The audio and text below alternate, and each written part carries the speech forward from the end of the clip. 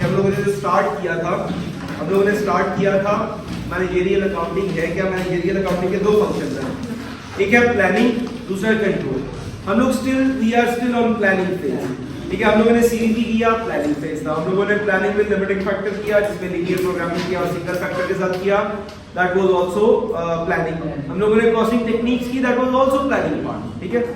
आज एक और प्लानिंग का पार्ट शुरू हो रहा है जो कि है प्राइसिंग, कि जब प्राइसिंग करनी है तो कैसे करनी है। अच्छा, जब हम लोग प्राइसिंग के डिसीजन की तरफ जाते हैं तो we go from the broader to the narrower side, ठीक है। फनल होती है, फनल में से डिसीजन को गुजारते गुजारते हम लोग मैक्रो से माइक्रो लेवल पे आते हैं। सबसे पहले क्या होगा, सबसे पहले हम लोग देखेंगे, ओके फाइन, हमारा जो जहां पे हम लोग प्राइसिंग के डिसीजन कर रहे हैं वो हम किस कंपटीशन, हम means business in which kind of competition business is working. जो बिजनेस ऑपरेट कर रहा है वो किस किस्म की कंपटीशन में ऑपरेट कर रहा है। तो हमें इकोनॉमिक्स से कुछ नॉलेज आता है कि there are two type of competition, one is called perfect competition, other one is called imperfect competition.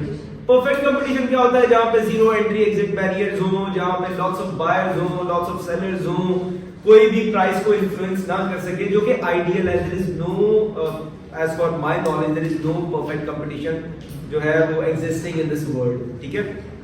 But there are imperfections in the market, वो तो होती हैं। तो imperfect competition comes in. Imperfect competition में हमारे पास जो मेजर है पढ़ने वाले, वो सबसे पहले आता है मोनोपोली, क्योंकि प्राइसिंग को हम लोगों ने ध्यान में रखना है ना, प्राइसिंग डिसीजन के हवाले से।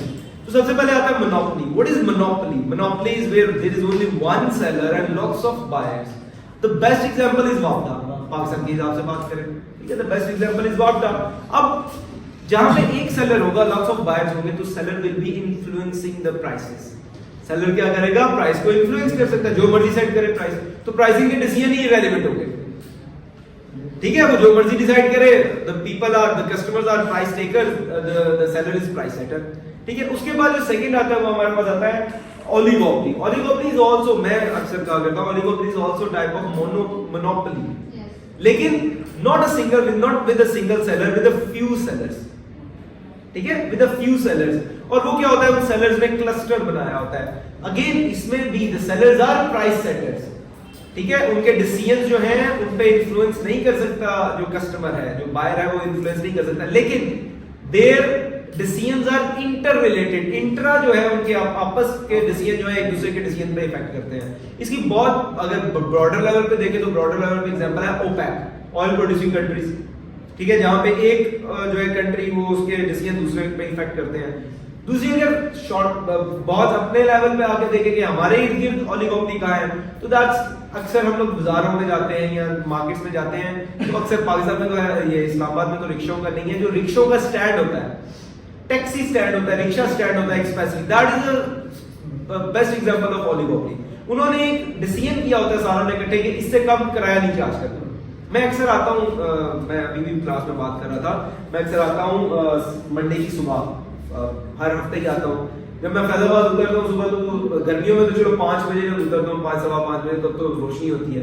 आजकल चूंकि अभी तो फजर की अजानें भी नहीं हुई होती, तो वहां पे मोटरसाइकिल वाले खड़े होते हैं, ये बाइक वाले, लेकिन उनका क्लस्टर बना होता है, वो 500-600 से कम करते ही नहीं है। वो एक आधा कोई ले लेना उनमें से, फिर वहां लड़ाई हो जाती है, भैया मैंने इसको इतने कहा था, तुमने क्यों कम किया। तो that is also cluster, oligopoly है, they are the price setters. लोगों को जाना है अपनी अपनी जगहों पे, ठीक है। उसके बाद आता है मोनोपोलिस्टिक कंपटीशन। कुछ लोग इसे मोनोपोलिस्टिक कंपटीशन भी कहते हैं, कुछ लोग मोनोपोलिस्टिक कंपटीशन भी कहते हैं। इसमें क्या होता है, इसमें there are many sellers, there are many buyers, though no one can influence the prices, but they can somehow have say in prices. How? By providing differentiation, ठीक है। फॉर एग्जांपल रिफ्रेशमेंट सेंटर वाला एक refreshment centre वाला है, refreshment centre पे चाय होगी, ठीक है। एक नॉर्मल रिफ्रेशमेंट सेंटर वाला है, उसके पास चाय होगी, पराठा होगा, कोई दही भल्ले, कोई इस तरह की चीज होगी। उसी तरह एक और रिफ्रेशमेंट सेंटर वाला है, अच्छा वो प्राइसेस चार्ज कर रहा होगा 40-50 रुपए। उसी तरह एक और रिफ्रेशमेंट सेंटर वाला है, उसकी रिफ्रेशमेंट महंगी होगी, क्यों? क्योंकि वो क्वालिटी प्रोवाइड कर रहा होगा, ठीक है। डिफरेंट चीजें, अब क्या है, चीजें वही है, चाय एक ड्रिंक है, हॉट ड्रिंक है, ठीक है, हॉट रिफ्रेशिंग ड्रिंक है। अब उसमें क्या है, अगेन मेरा ज्यादा टाइम यूएई में गुजरा है, वहां पे चाय के लिए जाते थे तो चाय सिर्फ चाय पीने के लिए ही कुछ समझा जाता था एक अच्छी आउटिंग है, कोई फिली है वहां पे चाय वाला, उसके पास रेंज ऑफ टी है, मतलब जाफरानी टी, मिल्क टी जो है जाफरानी मिल्क, उसके पास बादामी टी, मतलब there are green tea, range of teas है उसके पास। अब वो वही टी जो मार्केट में वहां पे 1 दिरहम 1.5 दिरहम की मिलती थी, वही उस टी के 8 दिरहम चार्ज करता था। टी तो टी है, सेम प्रोडक्ट है, लेकिन दे आर चार्जिंग इट। तो there are many sellers, there are many buyers, but with the differentiation you can somehow have same setting prices. ठीक है, अब आते हैं प्राइस सेटिंग की तरफ। पहले तो हम लोगों ने देख लिया मैक्रो लेवल कंपटीशन कैसा है, अब थोड़ा सा और नीचे आते हैं, फनलिंग करते हुए आते हैं। अब देखते हैं कि आपकी प्रोडक्ट कैसी है जिस मार्केट में आप अपनी प्रोडक्ट को उतार रहे हैं। तो प्रोडक्ट की जब बात होती है तो सबसे पहले बात आती है डिमांड की। चलो इससे पहले हम लोग देख लेते हैं अप्रोचेस कौन कौन सी है, ताकि उसी से फिर हम लोग लेके चलेंगे। हमारे पास 3 अप्रोचेस आती है, ठीक है, we have 3 approaches. The first approach is called price setting की demand based approach, second one is called cost based, and third one is called market based। आज इंशाल्लाह हम लोग डिमांड बेस्ड अप्रोच को पूरा कवर कर लेंगे, ठीक है। कॉस्ट बेस्ड और मार्केट बेस्ड इंशाल्लाह हम लोग नेक्स्ट जो हमारा लेक्चर होगा उसमें कवर कर लेंगे। बात करते हैं अगर डिमांड की, तो डिमांड बेस्ड अप्रोच में जो पहली चीज आती है वो आती है आपका लॉ ऑफ डिमांड। क्या कहते हैं जी law of demand?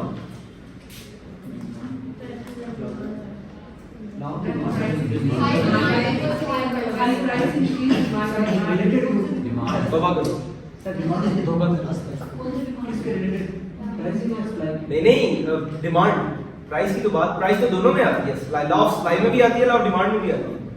Law of demand क्या है?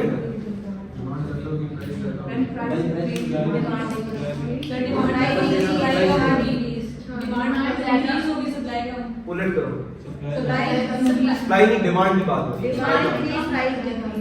उलट करो, उलट करो, प्राइस बढ़ेगी तो डिमांड बढ़ेगी, demand sir price independent variable कौन सा? प्राइस। प्राइस के चेंज होने से डिमांड चेंज होती है, डिमांड के चेंज होने से प्राइस चेंज नहीं होती। जो लॉ ऑफ डिमांड कहता है, मैं मार्केट की बात नहीं कर रहा, मैं लॉ ऑफ डिमांड की बात कर रहा हूं। लॉ ऑफ डिमांड कहता है keeping all other thing constant. ये वो keeping all other thing constant है।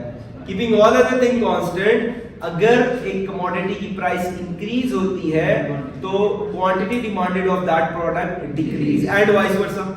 ठीक है, तो अगर हम लोग इसको इक्वेशन फॉर्म में लाए तो हम लोग कह सकते हैं P = A - BQ।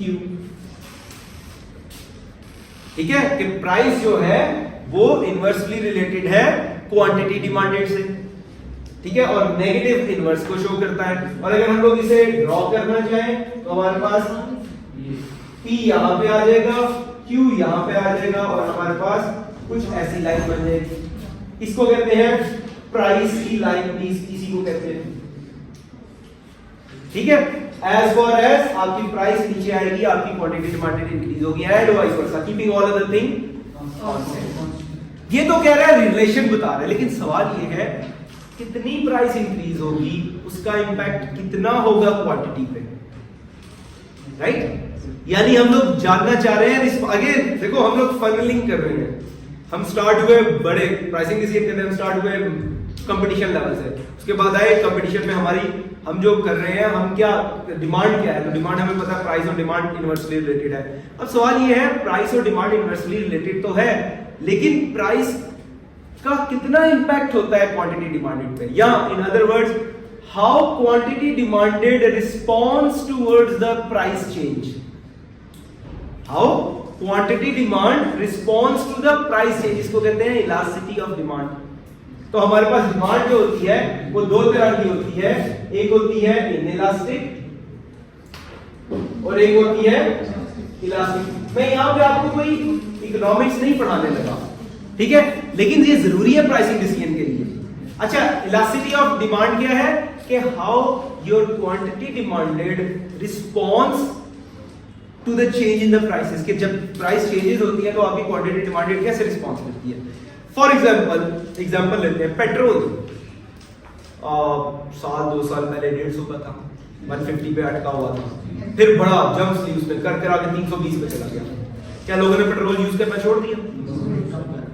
कम कर दिया, लेकिन छोड़ा नहीं। एक बड़ी इंपॉर्टेंट रिलेशन क्या होता है, ये तो प्राइस टाइम है ना, एक प्राइस, आपके पास जो टोटल रेवेन्यू होता है that is equal to price multiply by quantity. ये बड़ा इंपॉर्टेंट है और हमें पता है कि इसको बढ़ाओगे तो ये कम होगी। लॉ ऑफ डिमांड ये कहता है, यानी टोटल रेवेन्यू में फर्क आएगा। अब हमें देखना है कितनी प्राइस बढ़ती है और कितनी क्वांटिटी डिमांडेड कम होती है, हमें ये फाइंड आउट करना है, रिस्पॉन्सिवनेस।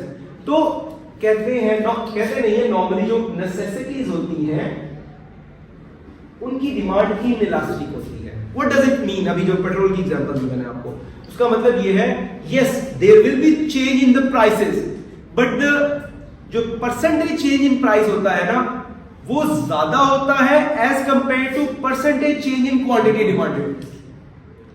प्राइस में ज्यादा फर्क आता है लेकिन क्वांटिटी डिमांडेड में थोड़ा सा फर्क आता है, जो कि पेट्रोल की एग्जांपल है। मैं पहले जब 150 तक भी था, पहले 100 पे था तो मैंने वैगनर पे आता जाता था 1000 सीसी पे, फिर जब 150 पे चला गया 120, 130, 150, मैंने साथ में मेरे पास एक लोकल चलाने के लिए मैरान थी, मैं मैरान पे आता जाता था, गुजारा हो जाता था। लेकिन जब जंप करके 250, 300 पे पहुंच गया तो वो अकेले तो आना जाना बारे में नहीं था, तो व्हाट आई डिड, मैं लोकल ट्रांसपोर्ट पे आना शुरू हो गया। लेकिन स्टिल उसके लिए जो मैं टिकट खरीद रहा हूँ वो पेट्रोल में तो जा रहा है, पेट्रोल तो कंज्यूम हो रहा है लेकिन कम कंज्यूम हो रहे हैं। तो हुआ क्या, प्राइस बढ़ाने से क्वांटिटी कम तो हुई, लॉ ऑफ डिमांड अप्लाई किया, लेकिन उतना रिस्पांस नहीं किया, थोड़ी सी कम हुई। तो वो कहता है अगर आपकी डिमांड इनइलास्टिक हो तो स्ट्रेटजी क्या होनी चाहिए, प्राइसेस इंक्रीज करो, प्रॉफिट इंक्रीज होगा। क्यों? क्योंकि आपकी प्राइस इंक्रीज होगी, यस क्वांटिटी डिमांडेड थोड़ी सी कम जरूर होगी, लेकिन ओवरऑल आपके रेवेन्यू इंक्रीज ही होगी, तो लोगों ने खरीदना। मेडिसिन मेरी जो है वो हम लोग घर में एक दवाई यूज करते हैं, पिछले तकरीबन 6-8 महीनों से शॉर्ट है। मैंने वो स्वाद से भी मंगवाई है, मैंने वो कराची से भी मंगवाई है, मैं खुद गया हुआ था ट्रिप पे, 6 नहीं 8 महीनों से मैं ट्रिप पे गया हुआ था। मैं उधर से नारायण से शुरू हुआ, हर मेडिकल स्टोर से देखता हुआ आया, जितनी मिल गई। अब अभी भी मेरे पास 2 महीने का स्टॉक वो है, यूज बहुत ज्यादा होती है घर में, तो वो अभी भी 2 महीने का स्टॉक है, लेकिन स्टिल मैं ढूंढता रहता हूँ, जहां से 1 डब्बी मिल गई 2 डब्बी मिल गई तो उठा लेता हूँ। अब ओरिजिनली वो 69 की थी, ठीक है, अभी जो रिसेंटली नहीं, जो बाद में आई है, आ रही है मार्केट में लेकिन शॉर्ट है, वो हुई है मेरा से 94 की। प्राइस नहीं है, मैं कहता हूँ यार 200 की कर दो, 2 तो सही, मैंने लेनी तो है, अब कोई छोड़ेगा तो नहीं। तो दिस इज वेयर द, अच्छा हम लोग बात कर रहे हैं कमर्शियल की, हम बात कर रहे हैं कमर्शियल की, कमर्शियल थे हम लोग, एथिक्स की अभी बात नहीं कर रहे, एथिक्स तो फिर और चीज है। अच्छा अगर इलास्टिक को कोई इशू है कि वो आ जाती है यहाँ तक, धुन हो रही होती है ना बीच में, डिस्टर्ब करती है, या तो अगर ज्यादा बेहतर एक्सप्लेन कर सकते हो आगे इधर एक्सप्लेन कर, नहीं तो फिर मेरी बात सुनो। फिर आप लोग अक्सर पूछते हो कि सर थ्योरी आ रही है, मैं कहता हूँ आ रही है, आप कहते हैं सर थ्योरी क्या, मैं कहता हूँ आप थ्योरी क्या कहते हो, थ्योरी क्या होती है, आगे तो डेफिनेशन, मैं कहता हूँ डेफिनेशन नहीं आ रही, पेपर में फिर आप कहते हो सर आपने थ्योरी दे दी, तो थ्योरी यहीं से लाता हूँ ना, जो एक्सप्लेन कर रहा हूँ, जो आपने नहीं सुनी होगी। किताब हम पढ़ते ही नहीं है माशाल्लाह, आदत ही नहीं है हमें, पढ़े लिखे लोग हैं। इलास्टिक में आती है आपकी लग्जरी। अच्छा लग्जरी का ये मतलब नहीं है बड़ा बड़ा जहाज खरीद रहे हो, ये लग्जरी नहीं है। जो नेसेसिटी नहीं है वो लग्जरी है, जो नेसेसिटी नहीं है वो अल्टीमेटली लग्जरी है, ठीक है। अच्छा अब लग्जरी में क्या होगा, लग्जरी में ये होगा कि थोड़ा सा price change will fetch greater response in quantity demanded, थोड़ा सा price change will get greater response in the quantity demanded. Example मैंने अभी भी दी है, उसी वक्त मेरे ज़हन में आई थी और मैं अभी दोबारा देने लगा हूं। मैं प्रोटीन यूज करता हूं उसके लिए एज अ सप्लीमेंट, ठीक है, क्योंकि आप उससे नहीं ले सकते, डाइट से नहीं ले सकते। अब प्रोटीन जो जब तो मैं कर रहा होता हूँ स्पेसिफिकली उसके ट्रेनर से ट्रेन कर रहा था, तब तो मैं यूज करता हूँ वो उसका एक है ब्रांड, वो तकरीबन 40,000 का ब्रांड है, वो 2 महीने चलता है, 2 महीने 1.5 महीने में चलता है, ठीक है। लेकिन जब नॉर्मल मुझे चलाना है तो फिर इतना महंगा नहीं अफोर्ड हो सकता ना, पूरा साल में मुझे अगर उसको पूरा करना है तो मैं कोशिश करता हूँ कुछ सस्ता मिल जाए। अब एक there is a brand, Karachi का वो ब्रांड है, वो पी प्रोटीन देता है। पी प्रोटीन इज बेसिकली मटर की प्रोटीन, उसका जायका अच्छा नहीं है, इतना अच्छा टेस्ट नहीं है, लेकिन है वो जो 4.4 LB है, वही जो मुझे 40,000 की मिलती है, वही 4.4 LB मुझे मिल जाती है, अभी सेल लगी हुई है 8,000 की। नॉर्मल उसकी कीमत है 17,000, जो अगेन जो मार्केट में अवेलेबल प्रोटीन है वो 23, 24, 25, 26, 30 की रेंज तक मिल जाती है। ठीक है, इतनी ही 4.4। अब ये जो पी प्रोटीन वाले हैं, इसने जब प्राइसेस रिड्यूस की तो क्या होगा, there will be high number of people who will be going towards that protein. कहेंगे जायका अच्छा नहीं भी है ना यार, प्रोटीन तो मिल रही है ना, 24 ग्राम प्रोटीन तो है ना एक स्कूप में, ले लो।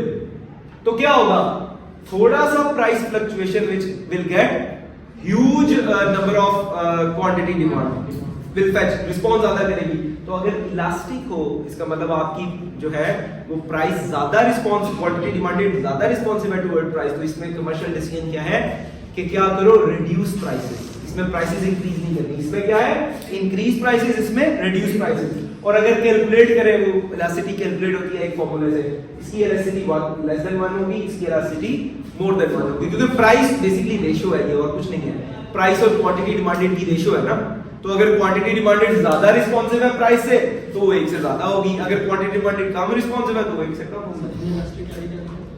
नेसेसिटीज, ठीक है, और ये यहां पे ये लग्जरी आ जाएगा। अच्छा, अब फनलिंग कर रहे थे हम लोग, हमें पता लगा कंपटीशन कौन सा है जहां पे हम काम कर रहे हैं, फिर पता लगा हमारी जो प्रोडक्ट है उसकी डिमांड कौन सी है, इलास्टिक या इनइलास्टिक। अब आगे प्राइस डिसीजन पे कि अब प्राइसिंग के डिसीजन करने हैं। तो प्राइसिंग के डिसीजन में जो सबसे पहला आता है, हमारे पास डिमांड बेस की बात कर रहे हैं। डिमांड बेस में हमारे पास जो है वो सबसे पहला आ जाता है, वो कहता है अलजेब्रिक अप्रोच यूज करना।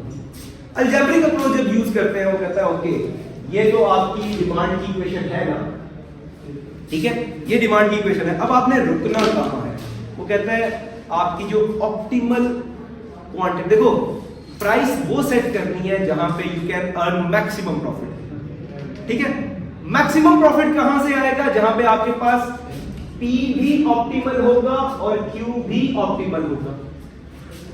P और Q ऑप्टिमल होने का मतलब क्या है, ये वो कॉम्बिनेशन होगा कि जहां पे आपके जो रेवेन्यू है वो मैक्सिमाइज हो जाएंगे, उससे ज्यादा रेवेन्यू नहीं कमा सकते आप। क्यों, मसला ही सारा ये है ना कि प्राइस बढ़ाए तो क्वांटिटी कम हो जाती है, प्राइस कम करें क्वांटिटी ज्यादा होती है, दोनों का मिक्सचर रहना ना। तो फिर क्या करें, वो कहता है दो अप्रोच है, एक टेबुलर अप्रोच है, एक अलजेब्रिक अप्रोच है। टेबुलर अप्रोच का थोड़ा सा इशू ये है कि टेबुलर अप्रोच जो है वो कंस्ट्रेंट है, आपके पास कम रेंज ऑफ क्वांटिटी पे आपको डाटा देती है, वो भी करेंगे हम लोग। सबसे पहले हम लोग करते हैं अलजेब्रिक अप्रोच। वो कहता है अलजेब्रिक अप्रोच करनी है ना, तो आपको क्या पता होना चाहिए, आपको सबसे पहले पता होना चाहिए मार्जिनल रेवेन्यू का कॉन्सेप्ट। टोटल रेवेन्यू तो आपने पढ़ लिया, कहता है मार्जिनल रेवेन्यू का कॉन्सेप्ट भी पता होना चाहिए, और इसके साथ मार्जिनल कॉस्ट का कॉन्सेप्ट भी पता होना चाहिए, एमआर का और एमसी का। मार्जिनल रेवेन्यू क्या है, मार्जिनल रेवेन्यू है हर एक एडिशनल यूनिट के साथ कितना रेवेन्यू अर्न कर रहा है। जरा समझ लेना, बाद में लिख लेना, ठीक है। आपकी प्राइस इंक्रीज होती है तो क्वांटिटी डिमांडेड इंक्रीज होती है। इसको थोड़ा सा रिवर्स करके समझते हैं। जब आप एक यूनिट बेच रहे थे तो कुछ प्राइस थी, जब 2 यूनिट बिकेंगी तो प्राइस कम होगी कि ज्यादा होगी, इनवर्स रिलेशन है, तो प्राइस कम होगी। टोटल रेवेन्यू ज्यादा होगा लेकिन प्राइस कम होगी। वर्ड्स में लाते हैं, एक चीज थी 10 रुपए की, एक यूनिट बिकती है तो 10 रुपए की, 2 यूनिट बिकती है तो कहता प्राइस कम होगी, तो 2 यूनिट बिकेंगी 18 रुपए की फॉर एग्जांपल। दूसरी यूनिट ने कितना रेवेन्यू फेच किया, 8 रुपए। तो इसका मतलब है मार्जिनल रेवेन्यू कम होता है प्राइस से। प्राइस 10 थी, मार्जिनल रेवेन्यू 8 था। तो ओवर द पीरियड लोगों ने रिसर्च की, लोगों ने बात की, लोगों ने कहा ये तो प्राइस की लाइन है ना, कहता है मार्जिनल रेवेन्यू की जो लाइन है ना वो इससे हाफ होती है, उसकी जो स्लोप है ना वो इससे ट्वाइस होती है। तो कहता है अगर उसकी स्लोप ट्वाइस होती है तो मार्जिनल रेवेन्यू की, अगर वो प्राइस की लाइन ये है, स्लोप ये है ना, b is your slope, a is your intercept. और स्लोप हम लोगों ने लास्ट टाइम डिस्कस भी किया था, स्लोप क्या होता है, पर change in perpendicular over change in base. तो कहता है अगर प्राइस की लाइन ये है और आप कहते हो टोटल रेवेन्यू जो है वो ट्वाइस स्लोप्ड एज प्राइस है, तो हम लोग क्या ये कह सकते हैं कि marginal revenue will be equal to a minus 2bq। Slope को डबल कर दो, स्लोप को डबल कर दो, तो इसका मतलब है हमारे पास मार्जिनल रेवेन्यू की लाइन भी आ गई, प्राइस की लाइन भी आ गई एक, मार्जिनल रेवेन्यू की लाइन भी आ गई 2, ठीक है। और तीसरा रूल क्या है कि ऑप्टिमल क्वांटिटी ऑप्टिमल प्राइस कहां पे आएगी, जहां पे आपके पास मार्जिनल रेवेन्यू इक्वल हो जाएगा मार्जिनल कॉस्ट। क्यों, देखो एक एडिशनल रेवेन्यू जो आ रहा है प्रोडक्ट से वो उसको मैच करेंगे एडिशनल कॉस्ट से। अगर मैं यहाँ पे कॉस्ट की लाइन ड्रॉ करूँ ना, तो कॉस्ट, मार्जिनल कॉस्ट की लाइन कुछ इस तरह ड्रॉ होगी।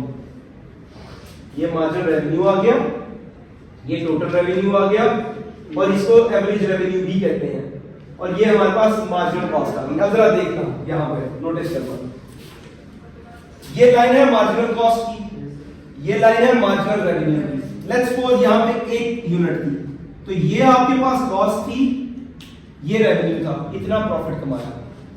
जब 2 पे गए तो स्टिल आपकी रेवेन्यू ज्यादा है, कॉस्ट कम है। 3 पे गए स्टिल कॉस्ट कम है, रेवेन्यू ज्यादा है। लेट्स सपोज 4 पे गए तो आपकी रेवेन्यू और कॉस्ट बराबर, मार्जिनल रेवेन्यू और कॉस्ट बराबर हो गई। अब अगर इससे आगे जाते हैं, फॉर एग्जांपल 5 पे जाते हैं, तो आपकी मार्जिनल कॉस्ट ज्यादा हो जाएगी, मार्जिनल रेवेन्यू कम हो जाएगा, इसका मतलब you will be in loss. तो वो कहता है कि आपने स्टॉप, हाँ इससे पहले आप स्टॉप कर सकते हो, लेकिन स्टॉप करके क्या होगा, नुकसान करेंगे। जो प्रॉफिट अर्न कर सकते थे, मार्केट में अवेलेबल था, वो भी नहीं अर्न कर रहे, यहां से आगे नहीं जाना। तो 3 पॉइंट आपने याद रखना है, क्या? Marginal cost should be equal to marginal revenue, that is the point where you will get optimal quantity and optimal price.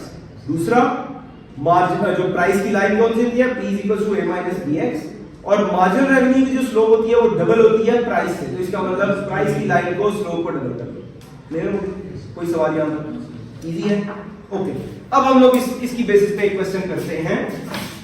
2 books दोनों के पास हैं, एक मिनट आप लिख लेंगे, मुझे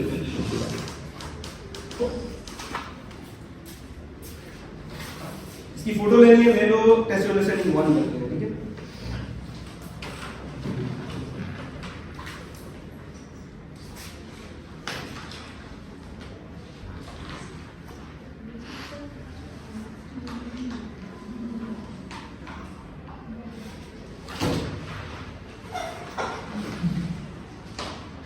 हो गया?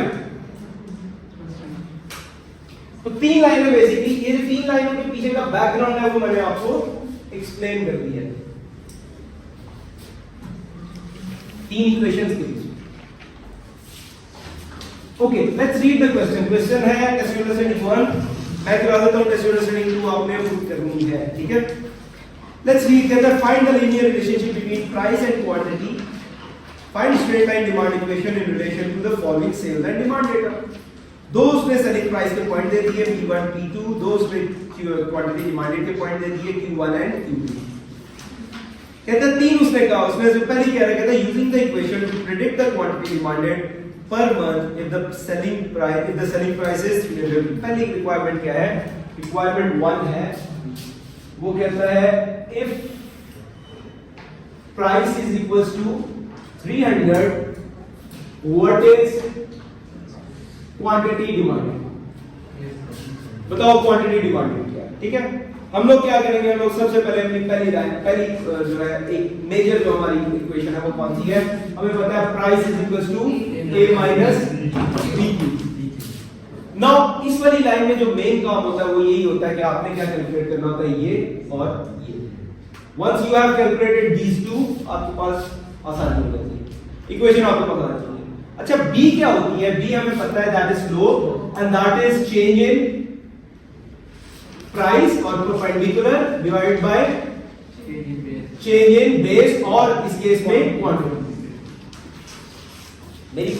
मेरा हमेशा आपको सजेशन यही होगी, फॉर्मूला याद रखा करो जेनेरिक, ये स्पेसिफिक है इसके हिसाब से, लेकिन जो B का फॉर्मूला होता है वो क्या है? Change in perpendicular over change in base. जो भी परपेंडिकुलर होगा आपको परपेंडिकुलर डाल दो, जो भी बेस होगी वो डाल दो, ठीक है? अच्छा, चेंज इन प्राइस क्या है? वो कहता है 220 से 200 पे जाए, और चेंज इन क्वांटिटी क्या है? वो कहता है जी 220 पे 950 थी और 200 पे 1000 है। ये हमारे पास आ जाएगा 20 डिवाइड बाय 50। अच्छा, हम लोग जो है वो नेगेटिव साइन इग्नोर कर सकते हैं। वो क्यों कर सकते हैं? कि negative sign is showing the relationship, inverse relationship. तो यहाँ पे कितना आ जाएगा? That will be 0.4। ये आ गई स्लोप। तो हमारे पास फिलहाल क्या बन गया? P is equals to A minus 0.4 Q। Q को 1 उसके बाद लिखते हैं, लाइक दैट 1 P को नहीं, वो आप कर सकते हैं, वो इनवर्स रिलेशन के लिए वो तो कर सकते हैं, वो रिलेशनशिप को बता रहा है ना, उसे सॉल्व नहीं कर सकते ना। सॉल्व तो आपने इसी से करना है, सॉल्व तो उस तरह नहीं होगा ना, हमने सॉल्व करना है ना उसको, ठीक है।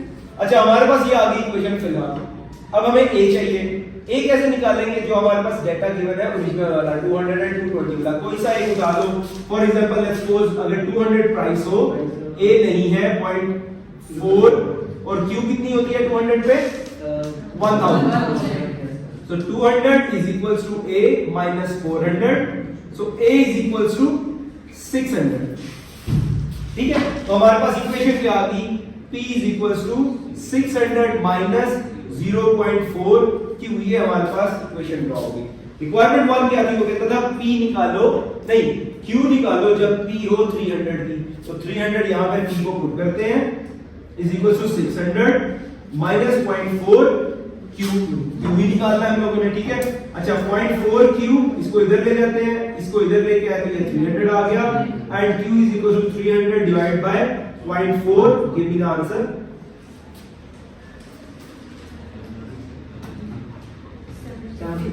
750 यूनिट। और ये आपका सही बता भी रहा है, जब 200 प्राइस थी तो 1000 यूनिट्स थी, जब प्राइस बढ़ाई 220 पे तो 950 यूनिट्स कम हो गई, फिर प्राइस चलेगी 300 पे तो आपकी यूनिट्स और कम हो गई। ले रही, ये आ गया हमारे पास रिक्वायरमेंट 1 का आंसर, ठीक है। अब रिक्वायरमेंट 2 पे चलते हैं। अब रिक्वायरमेंट हमने बेटा मुझे वाकई नहीं समझ आता आप बोर्ड से क्या करती हो। आप मेरी वर्ड तो नहीं नोट करती, आप बोर्ड को नोट करती हो, अभी बोर्ड को नोट कर रही हो। The reason is आप तो ना करो ना, समझ लो। This is why you get the lower marks in your exam as well. You make silly mistakes in the exam, जो कि सुनी नहीं होती आपने, जो कि फोकस होता है आपका, फोकस आपका ठीक है, फोकस आपका होता है नोट करने पे, ठीक है। फटाफट क्वेश्चन को उतार लो, भाग नहीं जाए। इतनी छोटी छोटी चीजें होती हैं। Again when I am doing things it looks easy, but when you do things that becomes nightmare. वो इसलिए कि आपको चीजें पिक करनी होती है क्वेश्चन में, and we do not have, even I don't have that much of smart brain जो कि रीडिंग भी इकट्ठी कर रहा हो, नोट भी कर रहा हो, कहां से पॉइंट आ रहा है वो भी कर रहा हो, नहीं मिस कर देते हैं। पॉइंट्स जरूर नोट करो लेकिन उतारो नहीं। उतार बाद में लो, फोटो आपके पास होती है घर जाके, यही तो आप काम 2 नंबरी करते हैं। फोटो इसीलिए आपको कहता हूँ फोटो ले जाओ घर जाके, उसको नीट करो। जब नीट करोगे, क्वेश्चन पढ़ के उसको नीट करोगे, फोटो को देख के, photo is with you for the reference. आप क्वेश्चन देखो, उसे सॉल्व करने की कोशिश करो घर जाके, उसे एक दफा नीट करो अपने रजिस्टर पे, द वर्क इज डन। वो वर्क आप करते हैं पेपर के एंड पे जाके, जहां पे फिर सारी चीजें मिक्स होके आती है, फिर समझ नहीं आ रही थी कहां से क्या चीज पकड़नी, ठीक है। Yes, you make silly mistakes जो कि नहीं होनी चाहिए। वो यही है कि एक तो प्रैक्टिस की कमी होती है, दूसरा यहाँ पे ये भी, यहाँ भी यही चल रहा है। ऐसे नोट कर रहे होते हैं धड़ाधड़ जैसे किसी ने भाग जाना यहाँ से। You have the video with you, you have the photo with you, क्या क्या कर रहे हो। और जो नोट्स लो ना, मेरा ये कहता है, ये जो नोट्स लेने होते हैं, जो मैं बोल रहा हूँ कि एक ये चीज, हाँ ये सर बोल रहे हैं, इसको नोट करो, ये बुक के ऊपर ही लिखो, ताकि जब आप the day of preparation you open the book, आपको सामने वो नोट्स सामने नजर आ, और आपके सामने वो लेक्चर रिफ्रेश हो जाता है without looking at the video.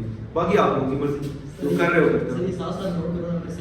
नहीं आता एग्जाम आपके, मैं दूसरी क्लास पढ़ा रहा हूँ आपको, दूसरी दफा पढ़ा रहा हूँ, कोई समझ नहीं आता बेटा। वो तब आदत बनी हुई है, तब वो आदत बनी हुई है जब वही क्वेश्चन पेपर में आता है। जब पेपर क्वेश्चन में, जब मैं क्वेश्चन चेंज करके देता हूं, या वो तब आदत बनी हुई है जब यहाँ पे लिखा हुआ है 300 तो आपको पेपर में आ जाएगा 400। जब सिनेरियो ही पूरा चेंज हो जाता है तो फिर आप मुंह देख रहे होते हैं। पेपर आपके शो कर रहे हैं, मुझे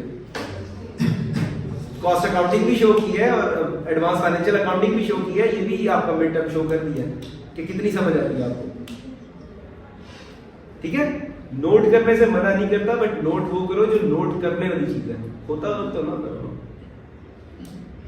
दिस इज प्योरली होता work which you do, purely. हमारे पास रिक्वायरमेंट 1 क्या थी? रिक्वायरमेंट 1 क्या थी? मेरा क्वेश्चन आंसर समझ आ रही है आपको? use this equation to predict the quantity demanded per month. ये selling price ये भी ये अभी रिक्वायरमेंट पड़ा है. This is where the things go जो है वो रॉन्ग. उसे नहीं पता रिक्वायरमेंट क्या है, उसने सॉल्यूशन को नोट डाउन कर लिया.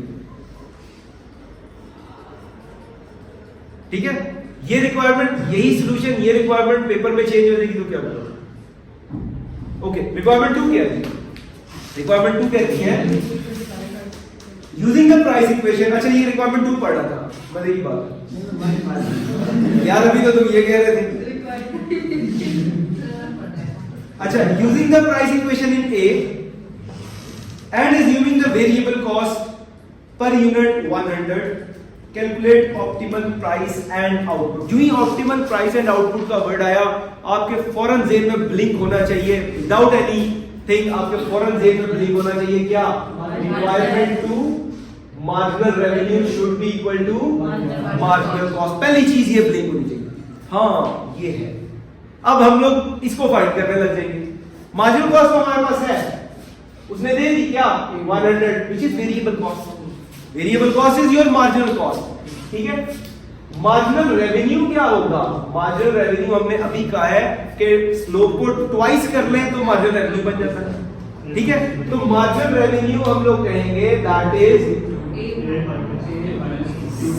600 माइनस 2 into 0.4. स्लोप को ट्वाइस कर लिया.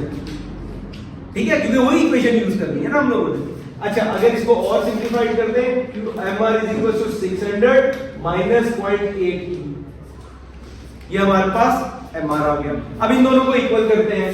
600 minus 0.8 is equal to 100. mc is equal to mr. ठीक है, इसको सॉल्व कर लेते हैं. इसको इधर ले जाते हैं, इसको इधर ले जाते हैं. ये आ जाएगा 500 is equal to 0.8 q.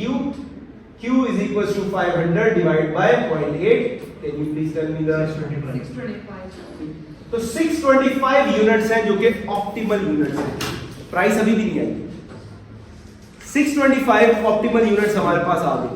ठीक है, कि 625 से ज्यादा नहीं बेचनी, ना ही कम बेचनी है. प्राइस कैसे आएगी? अब हम लोग एमआर नहीं यूज करेंगे. अब एमआर की इक्वेशन नहीं यूज करेंगे, अब ओरिजिनल प्राइस की इक्वेशन यूज करेंगे, which was equals to p is equals to 600 minus 0.4 q.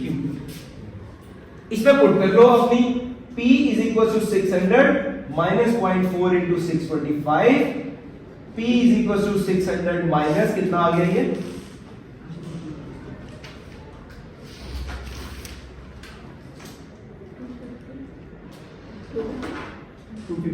$250 and this will be $350. हमारे पास ऑप्टिमल प्राइस दिया, राइट? थर्ड क्या कहते हैं? Maximum contribution. तो मैक्सिमम कंट्रीब्यूशन कैसे आएगा? जब आप ऑप्टिमल प्राइस और क्वांटिटी को यूज करेंगे. अब you can calculate per unit, you can calculate total as well. मैं पर यूनिट से निकाल देता हूं. रिक्वायरमेंट 3 में क्या आएगा जी? प्राइस, ऑप्टिमल प्राइस कितनी है? 350. वेरिएबल कॉस्ट कितनी है? 100 जो कि उसने दी हुई है क्वेश्चन में. 250 आपके पास आ गया कंट्रीब्यूशन. और टोटल कंट्रीब्यूशन कैसे आएगा? दैट विल बी 250 इनटू आपके पास ऑप्टिमल क्वांटिटी क्या है? 625. सो बताओ कितना आता?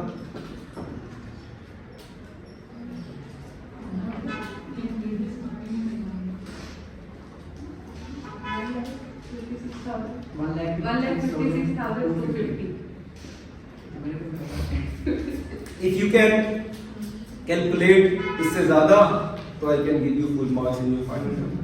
Thank you, sir. सर आप अच्छा करते हैं. अब नोट कर.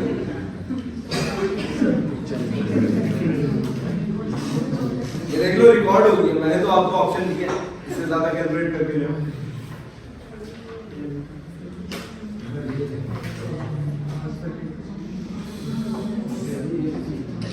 क्यू की वैल्यू होगा वैसे पूछ रहा हूँ. कौन सी? 450. वो तो 300 प्राइस लेवल पे थी ना, वो ऑप्टिमल प्राइस लेवल नहीं था. वो 300 प्राइस लेवल था। ऑप्टिमल प्राइस लेवल कौन सा? 350।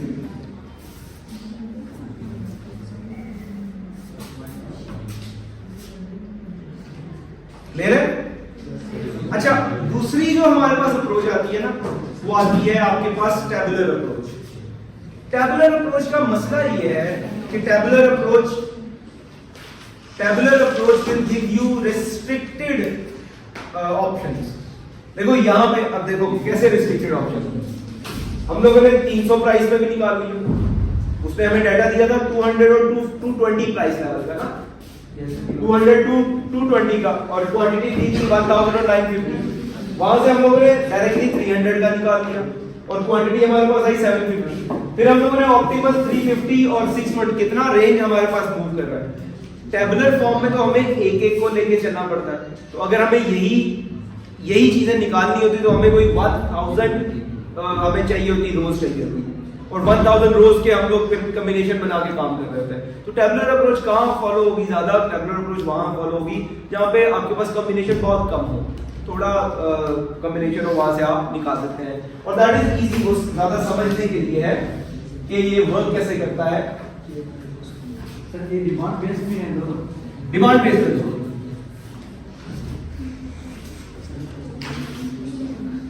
डिमांड बेस्ड का मतलब है जहां पे लॉ ऑफ डिमांड यूज हो रहा है, ठीक है।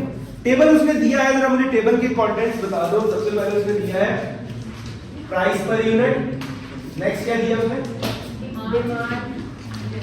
डिमांड, नेक्स्ट टोटल रेवेन्यू,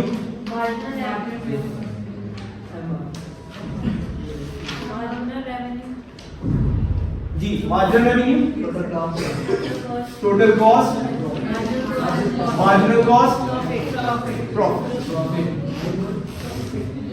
अच्छा, ये क्या क्या है जरा बताते हैं। प्राइस 50, डिमांड, अच्छा नेक्स्ट 47 2 2 44 3 एक मिनट का वेट 41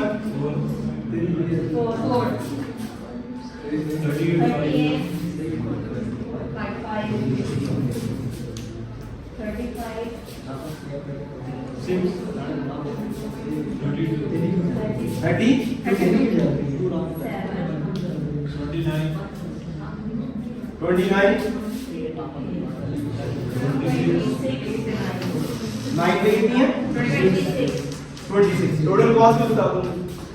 44 हाँ 44 56 26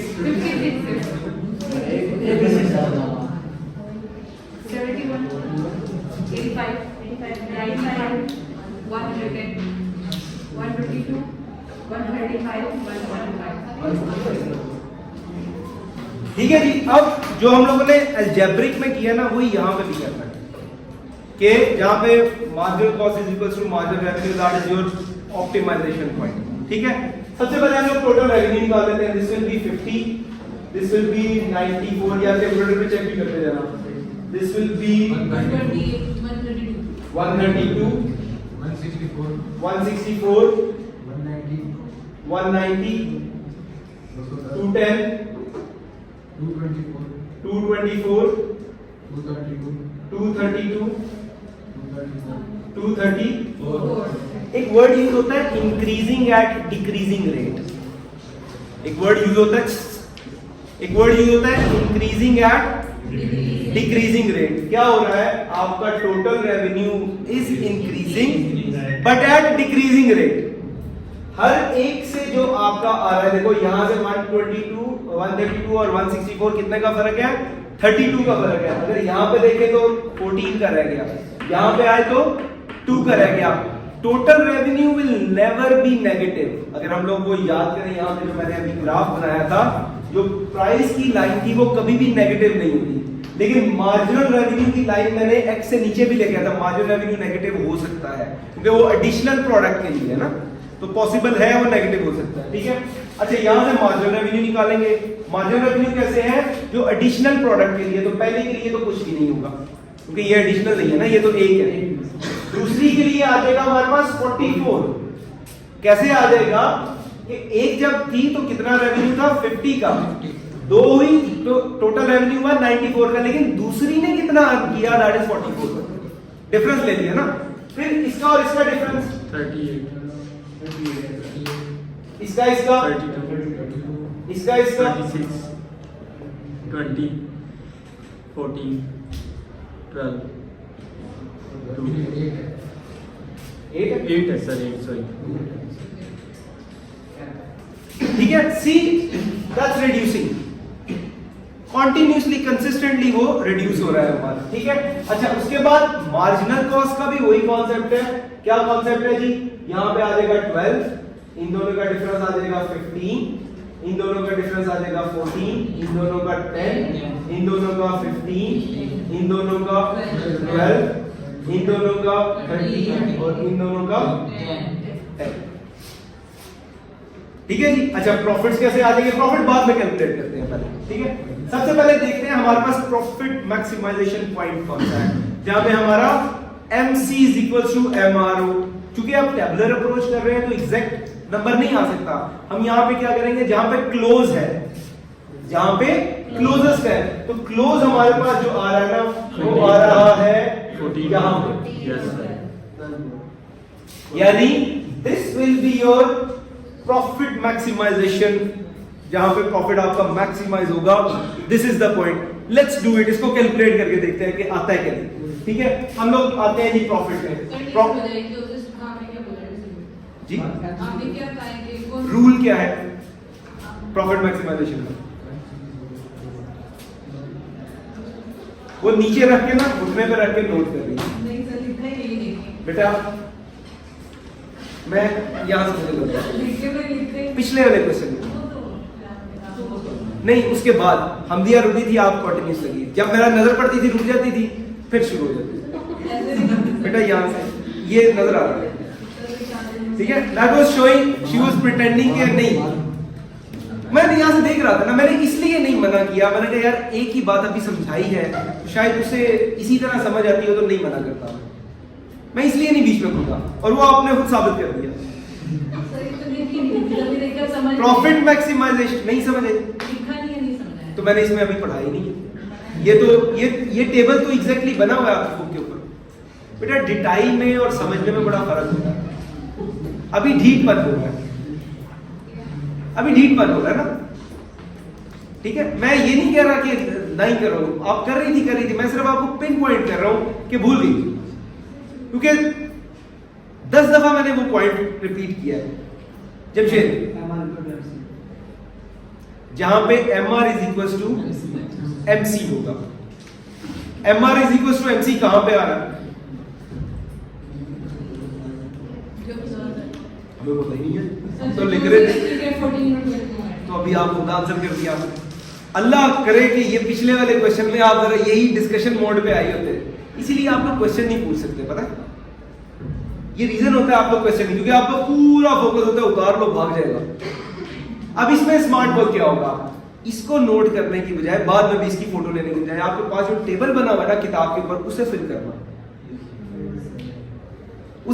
वो आपके पास हमेशा के लिए।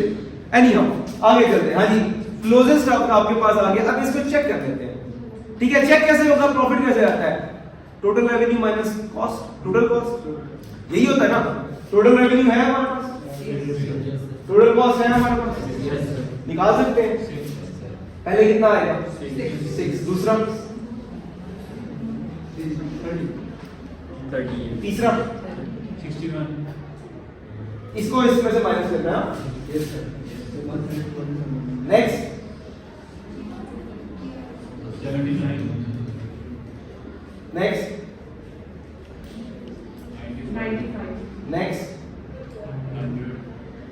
100, नेक्स्ट नेक्स्ट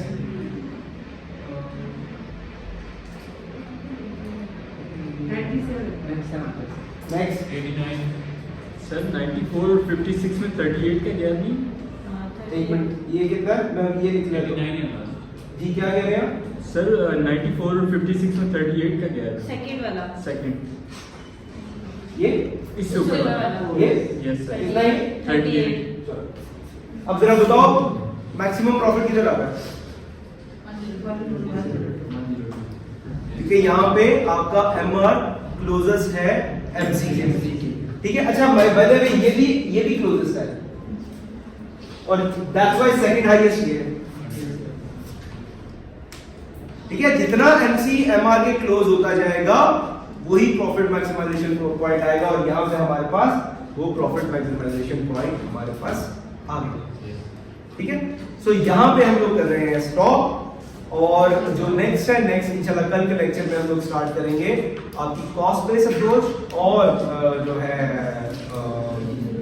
मार्केट अप्रोच। अब उसमें इतनी कैलकुलेशंस नहीं है, यदि इसमें कैलकुलेशन ज्यादा हम लोगों को थ्योरेटिकल है, समझने वाला थ्योरी बेस्ड थोड़ी सी है लेकिन ज्यादा नहीं है।